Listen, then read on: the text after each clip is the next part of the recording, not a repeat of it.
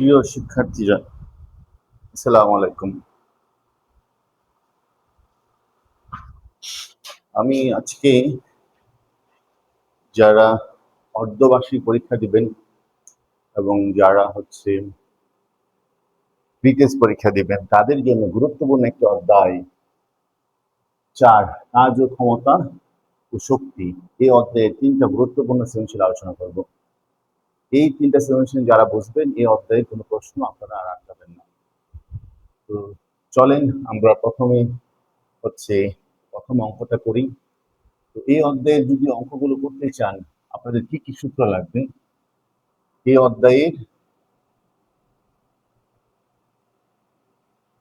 সূত্রগুলো বা সূত্রাবলী কি লাগবে? 1 নাম্বার ডাব্লিউ এফ এস লাগবে অথবা এমএএস লাগবে। 2 নাম্বার কে লাগবে, বিভব শক্তি, এটার নাম হচ্ছে গতি শক্তি। তোমাদের বই এটাকে কি দ্বারা প্রকাশ করছে? এটা আসলে ইকে দ্বারা আমরা শিখে আসছি, ইন্টারমিডিয়েটও যে ইকে দিয়ে শিখবে, তাই আমরা এটা এইভাবেই শিখাই, হাফ এম ভি স্কয়ার। তারপর বিভব শক্তি। তো বিভব শক্তি হচ্ছে এমজিএইচ। তারপরে যান্ত্রিক শক্তি যেটাকে আমরা কোনো কোনো ক্ষেত্রে মোট শক্তিও বলতে পারি। মানে মোট শক্তি মানে হচ্ছে ইকে প্লাস এই যে ইপি, এম বিভব শক্তি মানে ইপি। তোমাদের বই এটা প্রকাশ করছে বি দ্বারা। যান্ত্রিক শক্তি বা মোট শক্তি সমান সমান ইকে প্লাস ইপি। ঠিক আছে, তারপরে তোমাদের সূত্র লাগবে ক্ষমতা। P equal W by T, এটাকে আমরা লিখতে পারি এম এস বাই টি। তারপর তোমাদের সূত্র লাগবে ইটা, কর্মদক্ষতা। তো কর্মদক্ষতা সূত্র হচ্ছে ইটা সমান সমান P out by P in into 100%। P out মানে লব্ধ কার্যকর ক্ষমতা। পি আউট মানে কি? লব্ধ কার্যকর ক্ষমতা। এই সূত্রটা আমরা এইভাবেও লিখতে পারি, P out by P in into 100%, অর্থাৎ লব্ধ কার্যকর শক্তি ডিভাইডেড বাই মোট প্রদত্ত শক্তি। এই এই অধ্যায়ের সূত্রগুলো মোটামুটি ভাবে। এই অধ্যায়ের আরেকটা টপিক আছে, সেটা হচ্ছে স্প্রিং। তো স্প্রিং নিয়ে আমরা দেখি এই সৃজনশীলগুলো করার পর সময় থাকলে আমরা করব। এখন দেখেন, সেটা প্রথম অঙ্কটা যদি আমরা করতে চাই, বস্তুর সর্বাধিক উচ্চতা কত, এটা দ্বিতীয় অধ্যায়ের কনসেপ্ট, কিন্তু এটা চতুর্থ অধ্যায়ের সাথে মিলায় দিয়ে দিতে পারে। তো আশা করি সূত্রগুলো সবাই জানেন। হ্যাঁ, কারণ আমার আজকে ক্লাসের উদ্দেশ্য হচ্ছে এই অধ্যায়ের সৃজনশীল আলোচনা করা। বেসিকটা কিন্তু আমি আলোচনা করছি না, কারণ ধরে নিচ্ছি যে আপনারা বেসিকটা পারেন, বা পরবর্তীতে আমরা নতুন একটা ভিডিও আপলোড করব যেখানে কিনা এই অধ্যায় সম্পূর্ণ বেসিক ভাবে পড়াবো। এখন এই ভিডিওগুলো করানো হচ্ছে প্রি-টেস্ট এবং যারা অর্ধবার্ষিক দিবেন তাদের সৃজনশীল প্র্যাকটিসের জন্য করানো হচ্ছে। এখন দেখো, 5 কেজি বড় একটি বস্তুকে 49 মিটার পার সেকেন্ড বেগে খাড়া উপরে দিয়ে নিক্ষেপ করা হলো, বস্তুটি সর্বাধিক উচ্চতা কত? তাহলে দেখেন, এটা একটা সূত্র জেনে নিবেন। এই সূত্রটা সবাই জানেন, আমরা জানি, তারপরও আমি বলছি যে সর্বাধিক উচ্চতা সূত্রটা কি। আমরা জানি সর্বাধিক উচ্চতা সূত্রটা হচ্ছে h equal u square by 2g। এই সূত্র দিয়ে তোমরা অঙ্ক করে ফেলবে। যদি তোমাদের স্কুল টিচার অনেকে বলবে এই সূত্রটা পাইছি কোথায়, বলবেন এই সূত্র স্যার পাইছি কোথায়, এই সূত্র প্রতিপাদন করে নেওয়া যায়।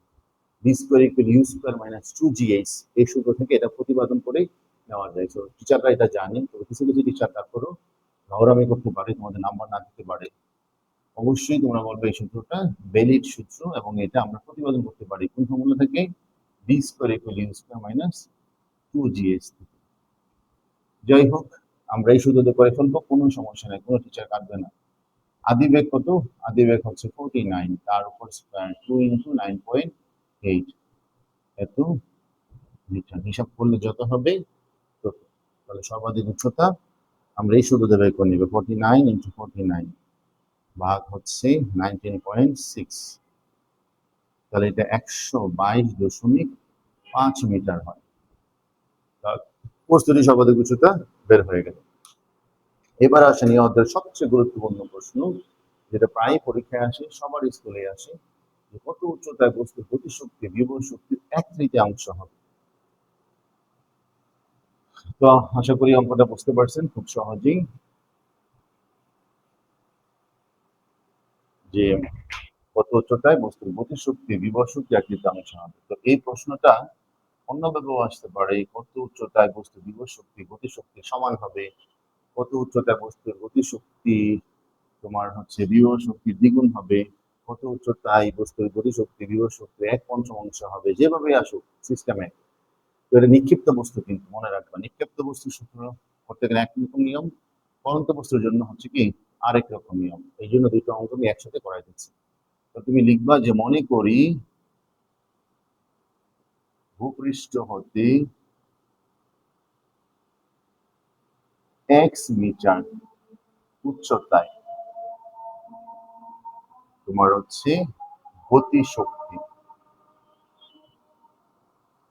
বিভব শক্তি 1/3 হবে। 1/3 মানে 1/3 অংশ হবে। 1/3 মানে কি 1/3 x মিটার উচ্চতায়। তাহলে তুমি ওই x মিটার উচ্চতায় আগে ইপি বের করো।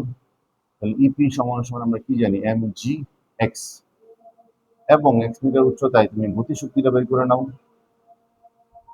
তাহলে গতিশক্তি ই কে সমান সমান হাফ এম ভি স্কোয়ার।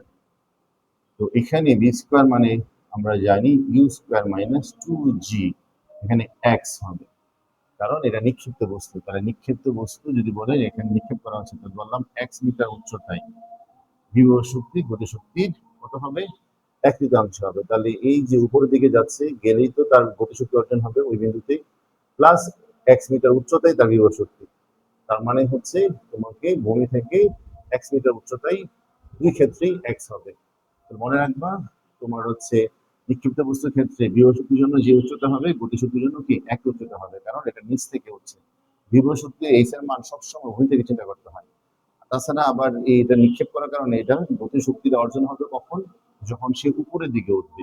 এই কারণে দুই ক্ষেত্রে এক্স এর মান সেম হবে, কিন্তু পরন্ত বস্তুর ক্ষেত্রে কিন্তু সেম অঙ্ক যদি আসে এক্স এর মান এইচ সেম হবে না।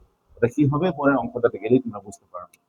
তাহলে এখন দেখো প্রশ্ন মতে আমরা লিখে ফেলি, যে বলছে যে গতিশক্তি, তার মানে আগে লিখবো গতিশক্তি বিভব শক্তির, মানে বৈষম্যরা আছে কার সাথে, গতিশক্তি না বিভব শক্তি, বিভব শক্তির সাথে। তাহলে যার সাথে বৈষম্যরা থাকবে তার সাথে ওই সম্পর্কটা গুণ হবে কত 1/3। তাহলে 1/3 ইন্টু ইপি। আমি কিন্তু বলছি একটা কথা যে বৈষম্যরা থাকবে যার সাথে, তার সাথে ওই সম্পর্কটা গুণ হবে। সম্পর্ক বলতে 1/3 না দ্বিগুণ 1/5। তাহলে দেখো এখানে আমরা কি করছি, এখানে হচ্ছে আমরা বলছি যে প্রশ্ন বা প্রশ্নের মধ্যে যে বস্তুর গতিশক্তি বিভব শক্তির 1/3, তাহলে গতিশক্তি বিভব শক্তিটার 1/3। আর আরই গুণ করতে পারো বা পরে গুণ করতে পারো, ই কে মান বসাই দাও। আচ্ছা আর আরই গুণ করে দিই 3 ই কে আর ইপি। তাহলে ই কে মান বসালে কি হবে 1/2 m u square minus 2gx, আর ইপি জায়গায় কি হবে mgx। তাহলে তুমি এখানে এম কেটে দিতে পারো, তাহলে এখানে হয়ে যাবে 3/2 ইউ স্কোয়ার মাইনাস 2gx, আর এখানে হয়ে গেল কি gx। কাটা দিচ্ছি বোথ সাইড থেকে, কি বাদ দিচ্ছি বাদ দিয়ে। এখন তুমি আর গুণ করো 3u স্কোয়ার মাইনাস 2gx, এখানে হবে 2gx। আর গুণ করছে 2 দ্বারা গুণ করছে, 3 দ্বারা গুণ করলে এখানে হবে 3 স্কোয়ার 6gx, এখানে কত হবে 2gx। পরে তুমি পক্ষান্তর করে নাও, এই পাশে গেলে অবশ্যই 8gx হবে, রাইট? মাইনাস আছে এই পাশে প্লাস হয়ে যাবে। তারপরে এক্স, তাহলে 3u স্কোয়ার বাই 8g, তাহলে 3u স্কোয়ার, ইউ মানে কত 49, তার উপর স্কোয়ার ডিভাইডেড বাই 8 ইন্টু 9.8। এখন দেখো শোনো, তোমরা কখনো এইসব অঙ্ক আসলে প্রথমেই মান বসাই দিবা না। এরকম দেখবা যে কাটা যাবে, অনেক সময় জিজিও কাটা যাবে, লাস্টে যে এরকম সমীকরণ তারপরে মান বসাবা, না হলে তোমরা অঙ্কটা মিলাইতে পারবে না। তো 3 ইন্টু 4 ইন্টু 9 এর উপর স্কোয়ার, এটাকে আমরা 8 ইন্টু 9.8 দ্বারা গুণ করে ভাগ করব। এটা 91.875 আসবে, 91.875। 875 মিটার আসবে। তাহলে দেখো যে তোমার কত উচ্চতায়, ভূপৃষ্ঠ থেকে 91.875 মিটার উচ্চতায় বিভব শক্তি গতিশক্তির 1/3 হবে। তাহলে ব্যাপারটা বুঝতে পারছি। তাহলে এইরকম প্রশ্ন যদি আসে তাহলে আমরা এইভাবে অঙ্কটা করলেই তোমাদের জন্য ইজি হবে। তাহলে আবার দেখো, বলছে কত উচ্চতায় বস্তুর গতিশক্তি বিভব শক্তি 1/3 হবে। আমরা বলছি মনে করি ভূপৃষ্ঠতে 100 মিটার উচ্চতায় বস্তুর গতিশক্তি বিভব শক্তি 1/3 হবে। 100 মিটার উচ্চতায় বিভব শক্তি বের করছি, 1 মিটার উচ্চতায় গতিশক্তি বের করছি। এরপরে আমরা প্রশ্ন মতো বলছি যে বিভব শক্তি গতিশক্তি 1/3। আমি বলছিলাম এই যে সম্পর্কটা অনেকে উল্টা লিখে ফেলে 1 এর সাথে 1/3 গুণ করে, কিন্তু আসলে গুণটা হবে ইপি এর সাথে। তাহলে ইকে ইন্টু 1/3 ইন্টু কি ইপি, তাহলে 3 ইকে ইন্টু ইকুয়াল হচ্ছে ইপি। এখানে আমরা ইকে এর অংশটা বসাইছি, এরপর উভয়পক্ষে এম কাটা গেছে, পরে আর গুণ করছি তো জিএক্স, পরে 3 দ্বারা গুণ করছি, জিএক্স টাকে ডানে নিয়ে গেছি, এর জিএক্স হিসেবে, পরে এক্স টাকে এক পাশে রেখে এর জিটাকে ভাগ হিসেবে এটা নিচে পাশে পাঠাই দিছি, দেন হচ্ছে মান বসিয়ে হিসাব করছি, অঙ্ক হয়ে গেছে। তো অঙ্কটা মোটেও কি কঠিন না। তাহলে এখানে একটু বিষয় আবার বলতেছি, তোমার বিক্ষিপ্ত বস্তুর ক্ষেত্রে বিভব শক্তি বের করার জন্য উচ্চতা যা হবে, গতিশক্তি বের করার জন্য উচ্চতা কি হবে তাই হবে। এবার চলেন আমরা চলে যাই হচ্ছে গ নাম্বার অঙ্ক। এইটাও একটা দুর্দান্ত অঙ্ক। এটাও পরীক্ষা প্রায় আসে। একসঙ্গে তো 3টা আসবে না, আমরা শেখানোর উদ্দেশ্যে একসঙ্গে 3টাই প্রশ্ন দিয়ে দিছি একটা উদ্দীপক নিয়ে।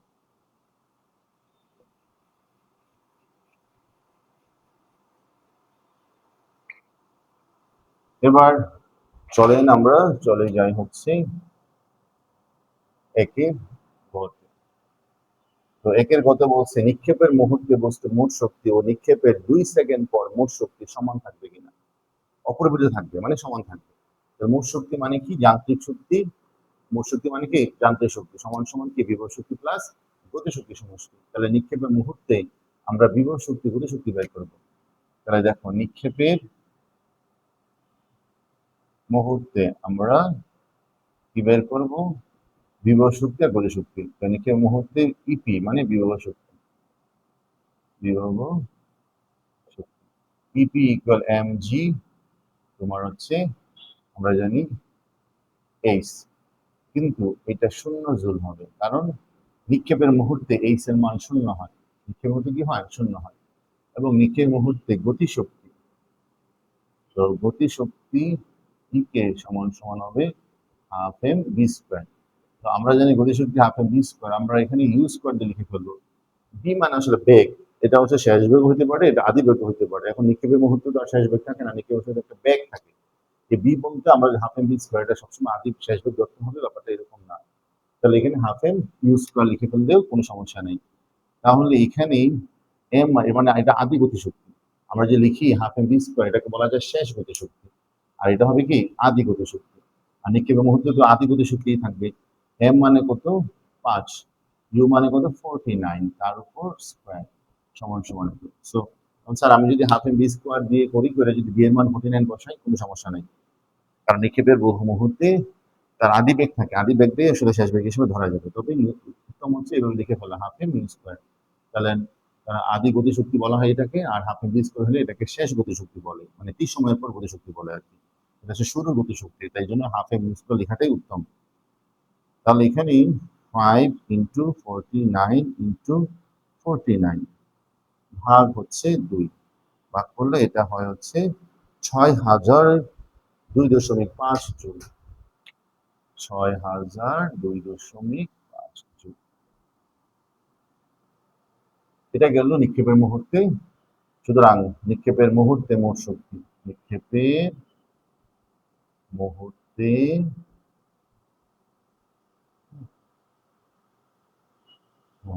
মোট শক্তি 6002.5 জুল প্লাস 0, অর্থাৎ 6002.5 জুল।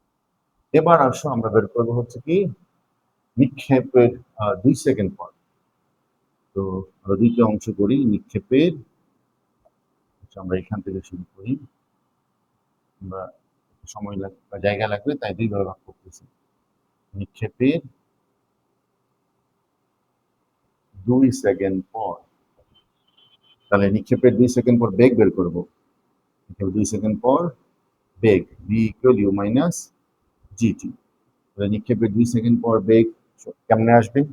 আদি বেগ তো 49 টু জি হচ্ছে 9.8 ইন্টু 2, তাহলে এখানে 49 মাইনাস 19.6, তো বিয়োগ করলে যত হবে তত, তাহলে 49 থেকে মাইনাস 19.6, তাহলে 29.4 মিটার পার সেকেন্ড। তাহলে দেখো নিক্ষেপের 2 সেকেন্ড পর আমরা আসলে বের করবো বিভব শক্তি গতি শক্তি, কিন্তু নিক্ষেপের 2 সেকেন্ড পর বেগ কত সেটাকে আমরা আগে বের করে নিয়েছি, এবং নিক্ষেপের 2 সেকেন্ড পর উচ্চতা কত সেটা আমরা বের করে নেব। তাহলে উচ্চতা h equal UT minus half GT square. তাহলে এখানে আদি বেগ কত 49 ইন্টু 2 হাফ ইন্টু 9.8 ইন্টু 2 এর উপর কি স্কোয়ার। তাহলে এখানে নিক্ষেপের 2 সেকেন্ড উচ্চতা কত হবে 49 ইন্টু 2, 98 হয়। তো 98 থেকে এখানে যদি হিসাব করো তুমি পাবা 19.6, বিয়োগ করলে যত হবে তত, এটা হবে 78.4 মিটার। এখন আমরা নিক্ষেপের 2 সেকেন্ড পর বিভব শক্তি গতি শক্তি বের করব। তাহলে সুতরাং নিক্ষেপে 2 সেকেন্ড পর EP mg h 5 into 9.8 into হচ্ছে 78.4 এত জুল।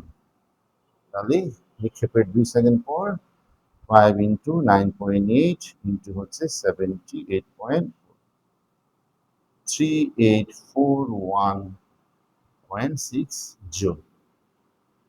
এবং আর কি বের করবো গতি শক্তি, গতি শক্তি ইকে সমান সমান হাফ এম বি স্কোয়ার, কারণ এখানে টি সময়ের পর বেগটা পাচ্ছি যেটাকে আমরা শেষ বেগ বলি আর কি।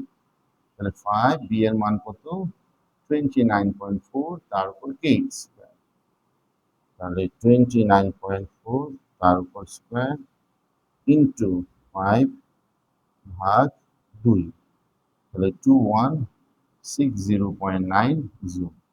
তাহলে সুতরাং মোট শক্তি 3841.62160.9 জুল।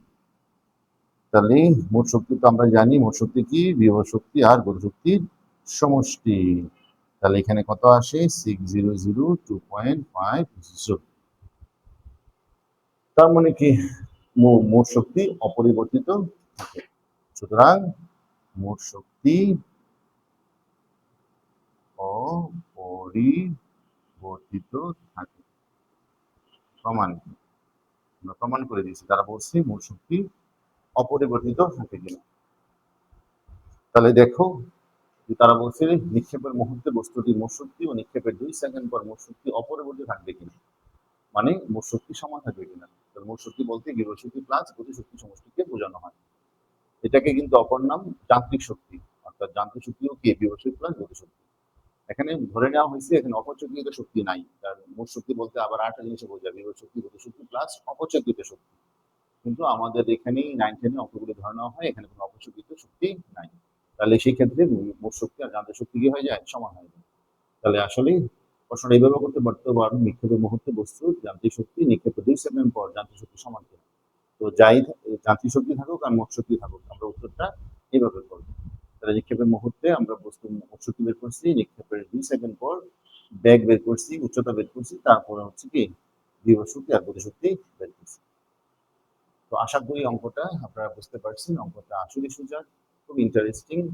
এখন আমরা চলে যাই পরের অঙ্কের মধ্যে। পরের মধ্যেও আরো দুটো গুরুত্বপূর্ণ অঙ্ক আছে। আর এই অধ্যায় নিক্ষিপ্ত এবং পরন্ত দুইটা বস্তু দিয়ে আসে, তাই দুই ধরনের সৃজনশীল আমি আলোচনা করছি।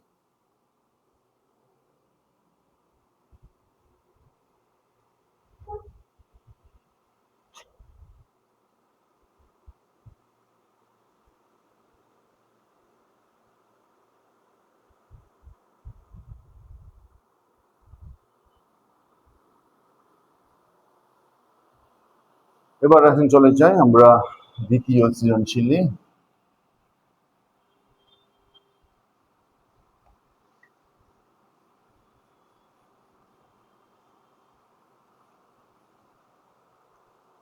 দ্বিতীয় সৃজনশীলটা হচ্ছে যে পরন্ত বস্তুটি সর্বোচ্চ বেগ কত হবে, আর ডি ও সিভিনের যে বস্তু মোট শক্তি সমান থাকবে কিনা, কত উচ্চতায় পরন্ত বস্তু গতি শক্তি জড় শক্তি দ্বিগুণ হবে। এখানে একটু দেখেন বিষয়টা, সেটা হচ্ছে পুরা উচ্চতা হচ্ছে 120 মিটার। তারা বলছে এসি সমান বিডি সমান এসি, তার মানে প্রত্যেকটা অংশ 3 ভাগে বিভক্ত হয়ে যাবে। তাহলে 3 দ্বারা ভাগ করলে কত? 40 মিটার। তাহলে বিডির দূরত্ব 40, সিডিও 40, সিডিও 40, আবার এসিও কি 40। কিন্তু ডি বিন্দুটা ভূমি থেকে 40 মিটার উপরে আছে, কিন্তু সি বিন্দুটা হবে 80 মিটার উপরে, আর এ বিন্দুটা হয়তো দেয় আছে 120 মিটার উপরে। কারণ সর্বোচ্চ বেগ কত হবে? একটা পরন্ত বস্তু যখন ভূমিতে আঘাত করে, একদম ভূমিতে আঘাত করার মুহূর্তে তার সর্বোচ্চ বেগ হবে। তাহলে পরন্ত বস্তুর সর্বোচ্চ বেগ হবে কখন? ভূমিতে আঘাত করার মুহূর্তে। তাহলে পরন্ত বস্তুর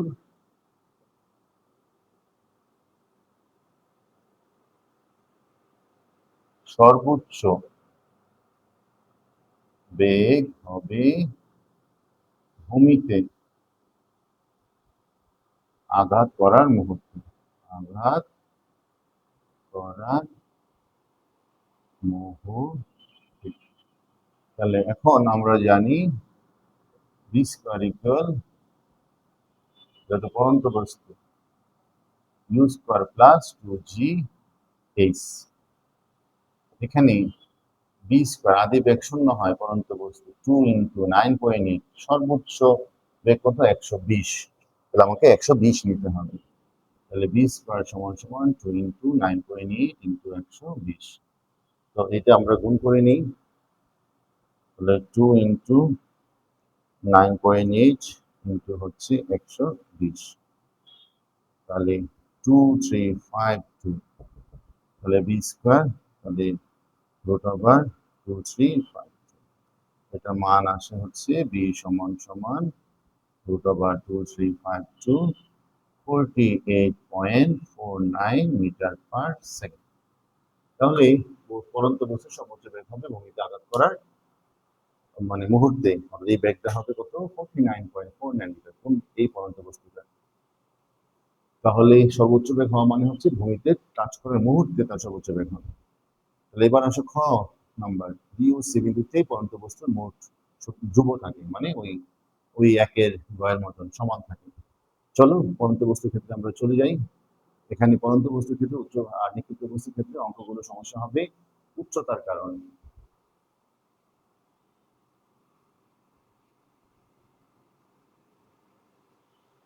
তো এখানে কি বলা হয়েছে যে 2-এর ক্ষতি, যে বলা হয়েছে ডি ও সি বিন্দুতে মোট শক্তি কি থাকে?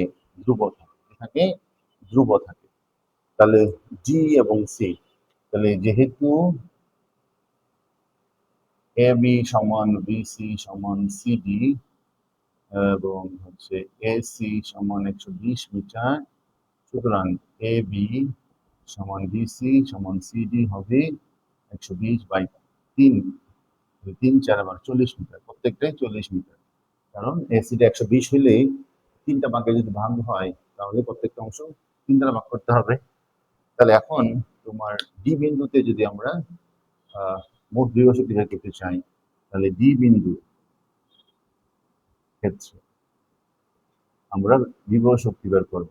প্রথমে বিভব শক্তি সবসময় ভূমি থেকে চিন্তা করতে হবে। তাহলে এম জি এইচ তুমি বোঝার সুবিধার জন্য লিখতে পারো বিজি। তাহলে বিভব শক্তি সবসময় বের করার সময় উচ্চতাটা হবে কি ভূমি থেকে কত উপরে ওই বিন্দুটা আছে। তো ডি বিন্দুটা ভূমি থেকে কতটুকু উপরে আছে? বিডি। বিডির মান কত? এখানে CB A B, A B হবে না, সরি, এটা হবে বিডি। বিডি, তারপর হচ্ছে এটাও বিডি হবে, বিডি সিডি, আর হচ্ছে আচ্ছা সরি, তাহলে বিডি, তারপর হচ্ছে সিডি, তারপর হচ্ছে এস, আর এখানে এ বি দেওয়া আছে হচ্ছে তোমার 120। তাহলে বিডি বিসি, বিডি সমান সিডি সমান এখানে এসি হবে, এস বিডি এসি সিডি। কারণ এখানে এ বি দেওয়া আছে। তাহলে এ বি দেওয়া থাকলেই তাহলে বিডি একটা অংশ, সিডি একটা অংশ আর এসি একটা অংশ, 3 ভাগে ভাগ হয়েছে। তাহলে এখানে এম জি এইচ বিডি হবে, অর্থাৎ ভূমি থেকে কতটুকু উপরে ডি বিন্দু আছে। তাহলে এম এর মান কত? 5, 9.8, কারণ আমরা পরন্ত বস্তুটার 5 ধরেছি। এইচ হচ্ছে 40, তাহলে এত জুল আমরা গুণ করে থাকি। তাহলে 5 ইন্টু 9.8 ইন্টু হচ্ছে 40, 1960 জুল। এবং গতি শক্তি ইকে সমান সমান হবে হাফ এম বি স্কয়ার। তাহলে বি স্কয়ার সমান সমান কি জানি, ইউ স্কয়ার প্লাস 2জি এইচ। এই যে দেখো ডি বিন্দুতে যখন গতি শক্তি বের করবা তখন উপর থেকে চিন্তা করবা, উপর থেকে কতটুকু নিচে আসছে, ও এডি নিচে আছে, কারণ নিচের দিকে আসলেই তো তার গতি শক্তি হবে, কারণ সেটা পরন্ত বস্তু। কি বস্তু? পরন্ত বস্তু। আর পরন্ত বস্তুর আদিবেগ কি? শূন্য থাকে, তাহলে এটা শূন্য হয়ে যাবে। তাহলে 2 ইন্টু 9.8 ইন্টু এটা যদি এতটুকু যদি তোমার 40 হয়, 120 থেকে বাকিটা বিয়োগ দাও, তাহলে এটা ডেফিনেটলি 80 মিটার হবে। তাছাড়া আমরা বলতে পারি না এসি আর সিডি প্রত্যেকে যদি 40 মিটার হয় তাহলে দুইটা অংশ কত হবে? 80 মিটার। আশা করি ব্যাপারটা বুঝতে পেরেছেন। তাহলে এখন এখানে 2 দ্বারা ভাগ করলে হয় 2.5, আর ব্র্যাকেট তুলে দিলে জিরোর সাথে পুরোটা গুণ করলে তো এটাই হবে 2 ইন্টু 9.8 ইন্টু কি 80। তাহলে গুণ করে দেখি আমাদের কত হয়। 2.5 ইন্টু 2 ইন্টু হচ্ছে 9.8 ইন্টু হচ্ছে 80, তাহলে 3920। তাহলে এই তিনটা যদি আমরা যোগ করে দেই দুটোটা, তাহলে মোট শক্তি পেয়ে যাব। তাহলে মোট শক্তি হবে কত? 19603920। হ্যাঁ, তোমাদের জন্য অনেক কষ্ট করতেছি, আশা করি তোমাদের পরীক্ষাগুলো ভালো হবে, তোমরা আমার এই ক্লাসগুলো এনজয় করবে। সো এখন আমি শুরুর দিকে আছি, সামনের দিনগুলোতে আরো অসাধারণভাবে আলোচনা করব, আরো একটু সময় নিয়ে মাঠে নামবো। সো আমার সাকসেস অর্জন করতেই হবে, এবং আমি জানি, আমি বিশ্বাস করি, আমি ফিজিক্স পড়াবো, কেমিস্ট্রি পড়াবো, ম্যাথ পড়াবো, হায়ার ম্যাথ পড়াবো, ইন্টার 9-10 এগুলো আপনি বুঝবে না, এটা হতেই পারে না। এবার আসেন, চলেন আমরা চলে যাই হচ্ছে কোন বিন্দুতে? তোমার হচ্ছে সি বিন্দুতে। তাহলে এই সি বিন্দু ক্ষেত্রে, তাহলে সি বিন্দুর ক্ষেত্রে তোমার হচ্ছে বিভব শক্তি। তাহলে এই সি বিন্দুটা দেখো তো কতটুকু উপরে আছে? উপরে আছে হচ্ছে এম জি, এই যে বিসি। তাহলে এম জি এইচ বিসি, আমরা বোঝানোর জন্য এটা লিখে দিচ্ছি আর কি। বিসি 5 ইন্টু 9.8, এটা হবে 80 মিটার, কারণ প্রত্যেকটা অংশ আমরা দেখছি 40। তাহলে এটা যদি 40 হয়, এটা 40 হয়, দুটো মিলে কত হবে? 80। বুঝতে পেরেছেন? 5 ইন্টু 9.8 ইন্টু হচ্ছে 80, তাহলে 3920 জুল। এবং হচ্ছে ইকে হচ্ছে হাফ এম বি স্কোয়ার। তাহলে হাফ এম মানে হচ্ছে 5, বি স্কোয়ার মানে ইউ স্কোয়ার প্লাস 2জি। সি বিন্দুটা উপর থেকে কতটুকু নিচে আছে? 40 মিটার নিচে। এইচ এসি আছে। তাহলে এখানে আপনার হচ্ছে 2.5 হয়ে যাবে, 2 দ্বারা ভাগ করছি, আর এখানে আদিবৃত্তি 0 ইন্টু 2 ইন্টু 9.8 ইন্টু 40, উপর থেকে নিচে নামছি 40 মিটার। তাহলে 2.5 ইন্টু 2 ইন্টু 9.8, পরন্ত বস্তুর গতিশক্তি হিসাবের সময় বস্তুটা উপর থেকে কতটুকু নিচে নামছে সেই মানটা নিতে হবে। ভূমি থেকে কিন্তু উচ্চতা চিন্তা করলে হবে না, ভূমি থেকে উচ্চতা চিন্তা করব শুধুমাত্র বিভব শক্তির সময়। তাহলে 1960 জুল। তাহলে মোট শক্তি সি বিন্দুতে মোট শক্তি 3920 প্লাস 1960, 3920, ওই একই মান তোমার হচ্ছে 5880 জুল। সুতরাং মোট শক্তি সি বিন্দুতে ধ্রুব থাকে। বুঝতে পেরেছেন? তাহলে ধ্রুব থাকা মানে কি? সমান থাকা, অপরিবর্তিত থাকা। তাহলে পরন্ত বস্তুর ক্ষেত্রে আমাদেরকে এইচ এর মানটা একটু খেয়াল রাখতে হবে। নিক্ষিপ্ত বস্তুর ক্ষেত্রে দুই ক্ষেত্রে এইচ এর মান কি থাকে? সমান থাকে। বিভব শক্তি বের করো আর গতিশক্তি বের করো। আশা করি খুব সহজেই বুঝতে পেরেছেন। এবার আমরা চলে যাব পরবর্তী অঙ্কতে। আপনারা একটু তুলে নিন।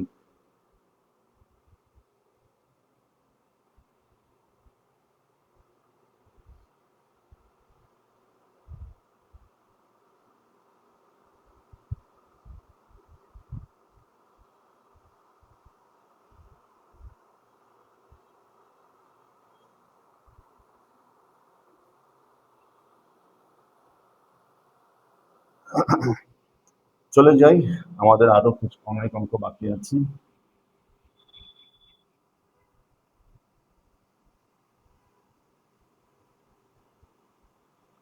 যে কত উচ্চতায় পরন্ত বস্তুর গতিশক্তি বিভব শক্তির দ্বিগুণ হবে।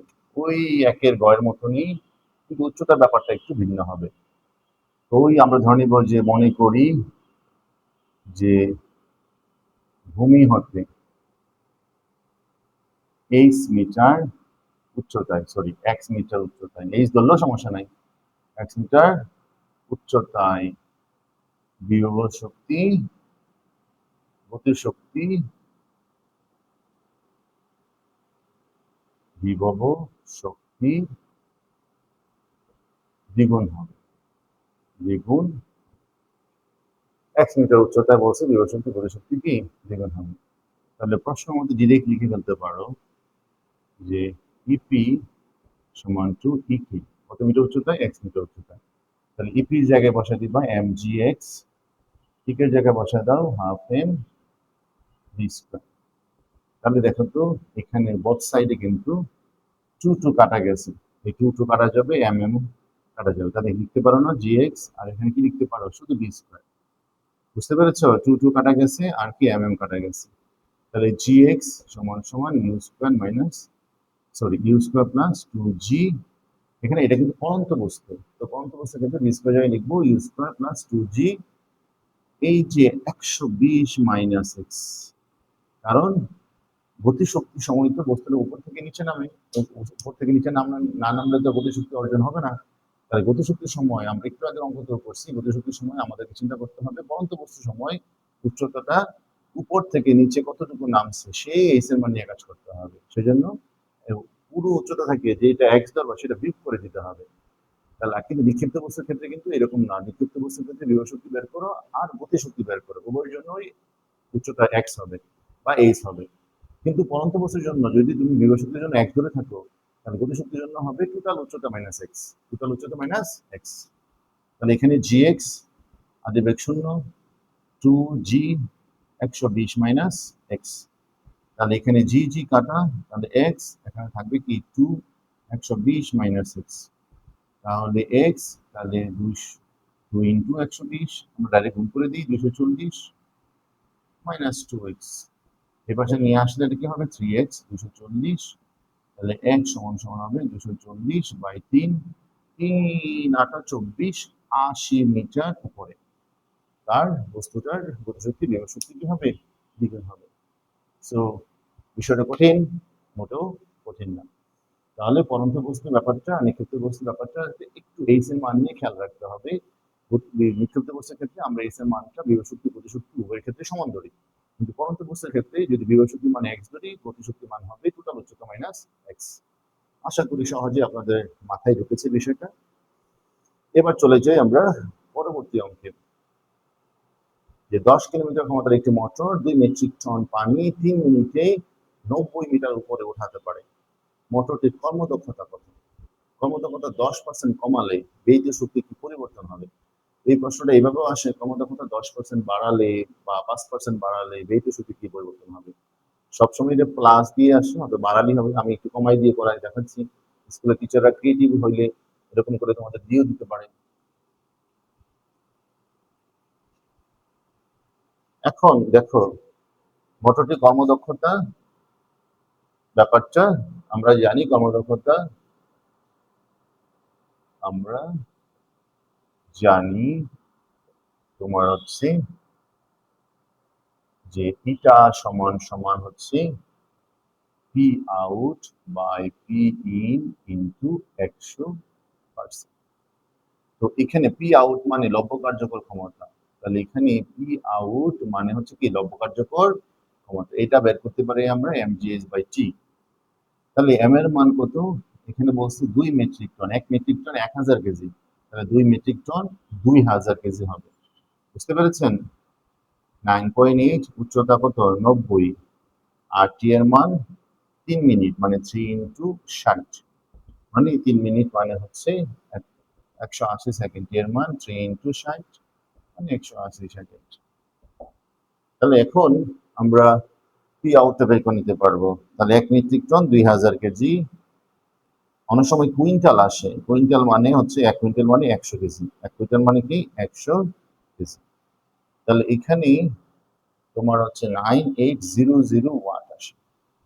তাহলে তাহলে সুতরাং ইটা সমান সমান পি আউটের মান ওখানে বসাই দিই 9800 সূত্রের মধ্যে ইন্টু 100%, আর এখানে পি ইন দেওয়া আছে 10 কিলোওয়াট, কিলোওয়াট মানে হচ্ছে 10,000 ওয়াট। এখানে একটা জিনিস চতুর্থ অধ্যায়ে অনেকে আটকাই যায়, এটা লিখে রাখি মনে করছি, 1 হর্স পাওয়ার সমান সমান 746 ওয়াট।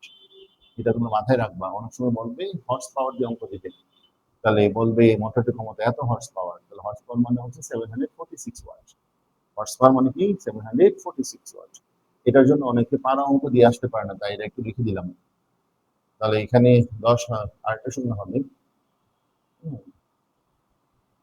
তাহলে 10,000, তাহলে এখানে একটা শূন্য করা 4টা শূন্য করা যাবে, তাহলে কত হবে 98% হবে। তাহলে মোটামুটি ক্ষমতা কথা আমরা জেনে গেলাম। তাহলে এখানে আরো কয়েকটা জিনিস আমরা লিখে দিই পরীক্ষায় যেন তোমরা না আটকাও। 1 মেট্রিক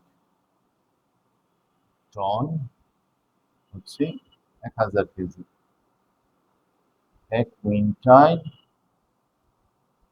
হচ্ছে 100 কেজি। ও সরি।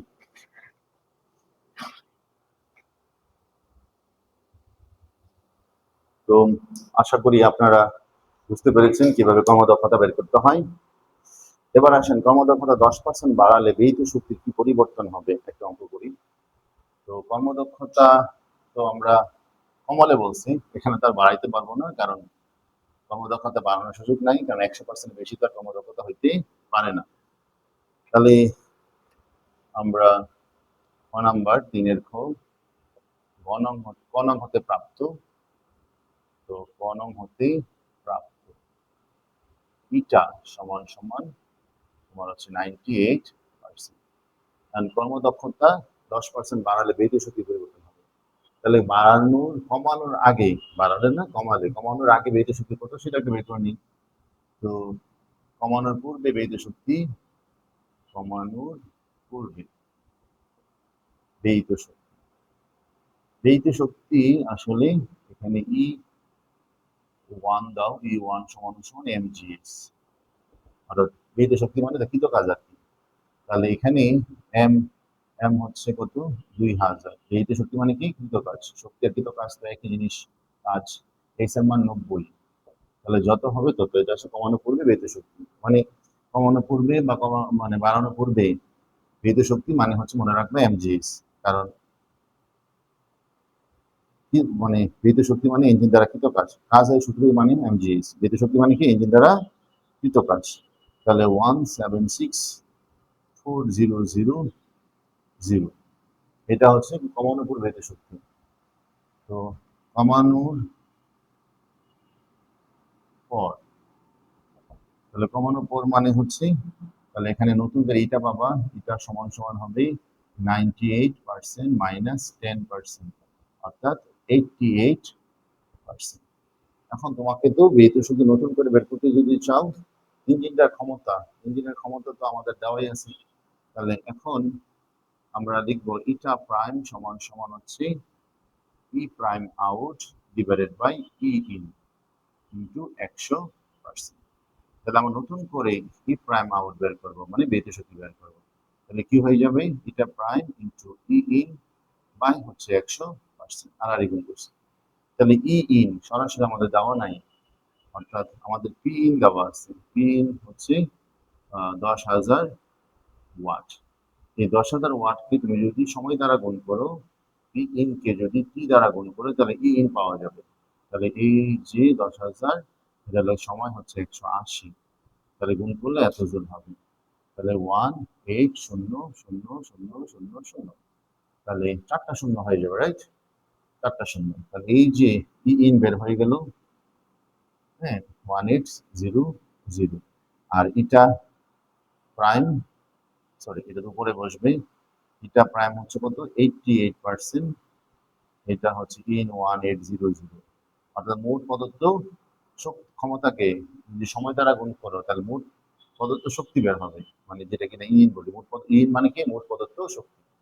তাহলে এখানে 100%, পার্সেন্ট পার্সেন্ট কাটা যাবে, তাহলে পার্সেন্ট পার্সেন্ট যদি কাটা যায়, তাহলে এখানে এখানে শূন্য শূন্য, এখানে শূন্য শূন্য কাটা যাবে। তাহলে 1800 সাথে তুমি 88 গুণ করে দিবা, তাহলে 158400000। তাহলে ব্যয়িত শক্তি বাড়ছে না কমছে? সুতরাং ব্যয়িত শক্তি হ্রাস পাবে, কারণ কর্মদক্ষতা কমে গেছে। তাহলে ব্যয়িত শক্তি হ্রাস পাবে কত, 1764000 মাইনাস 1584000। তোমার যদি ব্যয়িত শক্তি তোমাকে বলে কতটুকু, মানে কি বলে এটাকে, কর্মদক্ষতা বাড়ালে ব্যয়িত শক্তির কি পরিবর্তন বলবে, এটাও যদি আসে, তুমি একই রকম ভাবে করবা। ওইখানে জাস্ট হচ্ছে ব্যয়িত শক্তি বৃদ্ধি পাবে, আর যেমন এখানে ব্যয়িত শক্তি কি পাইছে, হ্রাস পাইছে। কি পাইছে? হ্রাস পাইছে। তো একই নিয়মে আমরা অঙ্কটা করতে পারবো। তাহলে দেখো যে কর্মদক্ষতা 10% কমালে ব্যয়িত শক্তি পরিবর্তন হবে। এই প্রশ্নটা এভাবেও আসতে পারে, কর্মদক্ষতা 10% বাড়ালে ব্যয়িত শক্তির কি পরিবর্তন হবে। সেম ভাবেই করবো, কর্মদক্ষতা কমানোর পূর্বে ব্যয়িত শক্তি বের করবো, কর্মদক্ষতা কমানোর পূর্বেই ব্যয়িত শক্তি বের করবো, কর্মদক্ষতা কমানোর পর ব্যয়িত শক্তি বের করবো। তো কমানোর পূর্বে ব্যয়িত শক্তি বা বাড়ানোর পর ব্যয়িত শক্তি হচ্ছে এমজিএস। তারপরে নতুন করে কর্মদক্ষতা তৈরি করবা, ওই কর্মদক্ষতা দিয়ে নতুন করে আবার ই আউট বের করবা। এখানে ইন সরাসরি দেওয়া থাকতে পারে না, থাকবে না অনেক সময়। ইন যদি দেওয়া না থাকে, ইনটা আমরা বের করে নিতে হবে। যদি পি ইন তোমার হচ্ছে দেওয়া থাকে, তাহলে এটাকে সময় দ্বারা গুণ করলেই ই ইনটা বের হয়ে যাবে। ওখান থেকে আমরা নতুন করে ই প্রাইম আউট বের করবো, মানে নতুন ব্যয়িত শক্তি বের করবো। পরে দেখবো কমছে না বাড়ছে। ডেফিনিটলি কর্মদক্ষতা যেহেতু কমছে, ব্যয়িত শক্তি কি হবে, হ্রাস পাবে। এই হচ্ছে অধ্যায়ের আলোচনা। এখন আমি এই অধ্যায়ের কমপ্লিট আলোচনা করার জন্য আরেকটা সৃজনশীল তোমাদেরকে আলোচনা করব। হ্যাঁ, ওইটা আলোচনা করলে একদম পুরা এই অধ্যায়টা পুরা রিভিশন হয়ে যাবে। ওই সৃজনশীলটা হচ্ছে স্প্রিং এর একটা অঙ্ক। কি অঙ্ক? স্প্রিং এর অঙ্ক। তো আমি সবগুলো মুছে দিয়ে তোমাদের জন্য একটা চিত্র আঁকি। ওই অঙ্কটা যদি আমরা করে ফেলতে পারি, তাহলে স্প্রিং এর অঙ্ক আসলেও আমরা করতে পারবো। আশা করি তোমরা এটা তুলেছো।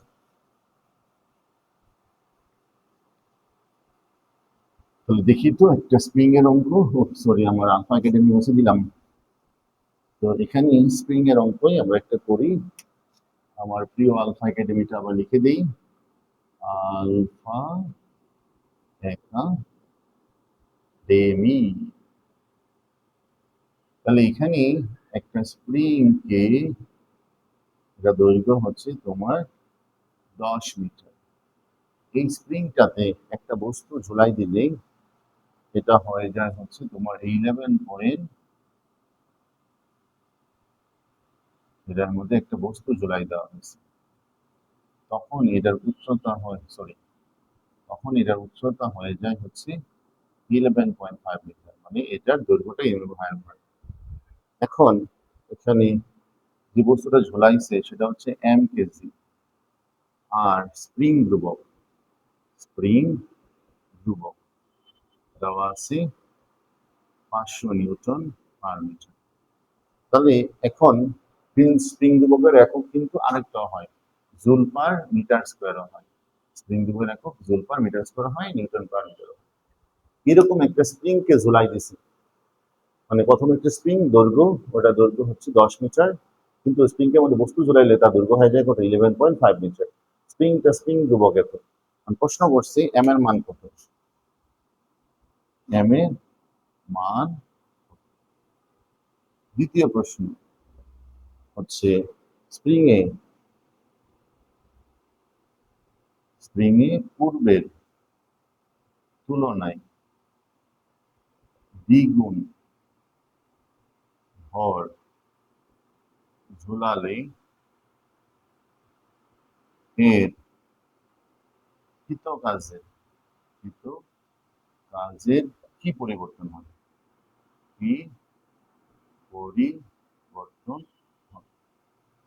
স্প্রিং এর পূর্বের তুলনায় দ্বিগুণ ভর ঝুলালে এর কৃত কাজের কি পরিবর্তন হবে? চলো চলো আমরা এই অঙ্কটা করে ফেলি, তাহলে এই অধ্যায়ের কমপ্লিট একটা রিভিশন হয়ে যাবে। এখন দেখো, স্প্রিং এর অঙ্ক যদি তুমি করতে চাও তাহলে দুইটা সূত্র লাগবে।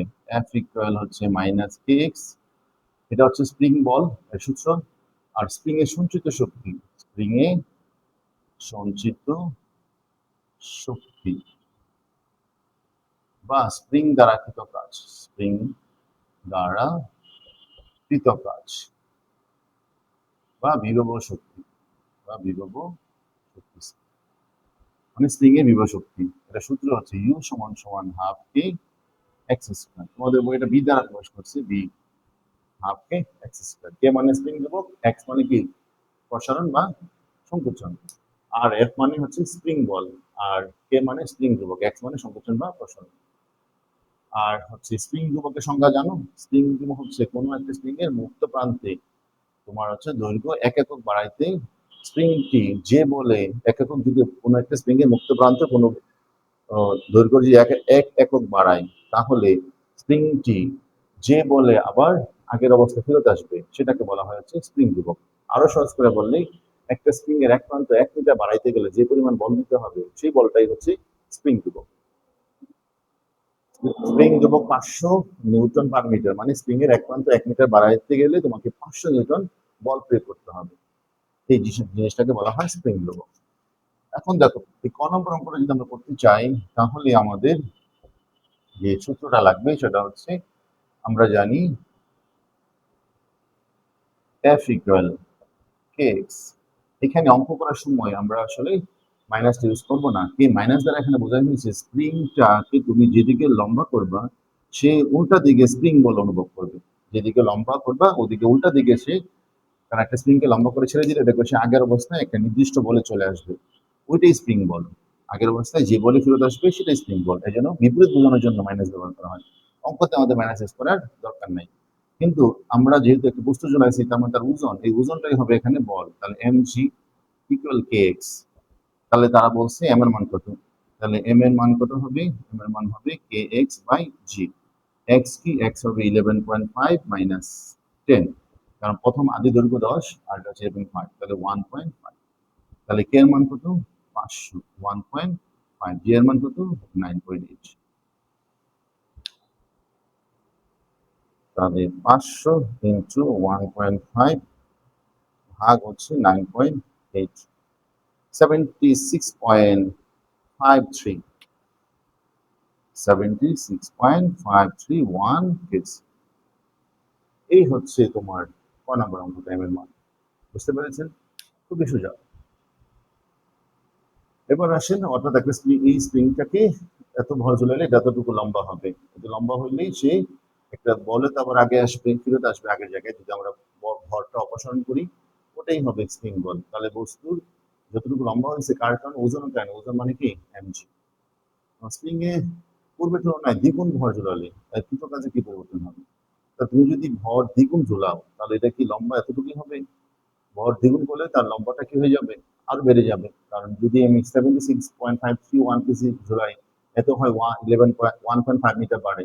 দ্বিগুণ ভর ঝুলাইলে কি হবে? এর দৈর্ঘ্য নিশ্চয়ই বাড়বে। এখন যেহেতু পরিবর্তন বলছে, তাই প্রথম অবস্থায় আমরা আগে দেখবো তার কৃত কাজ কত। মানে মানে প্রথম ভর অর্থাৎ 76.531 ভর ঝোলানোর সময় যেই কৃত কাজ সেটা আগে বের করবো। পরিবর্তন যে বললেই দুই অবস্থায় তোমাকে বের করতে হবে, প্রথম অবস্থায়, তারপর কি তোমার হচ্ছে দ্বিতীয় অবস্থায়। তাহলে তোমার হচ্ছে প্রথম অবস্থায়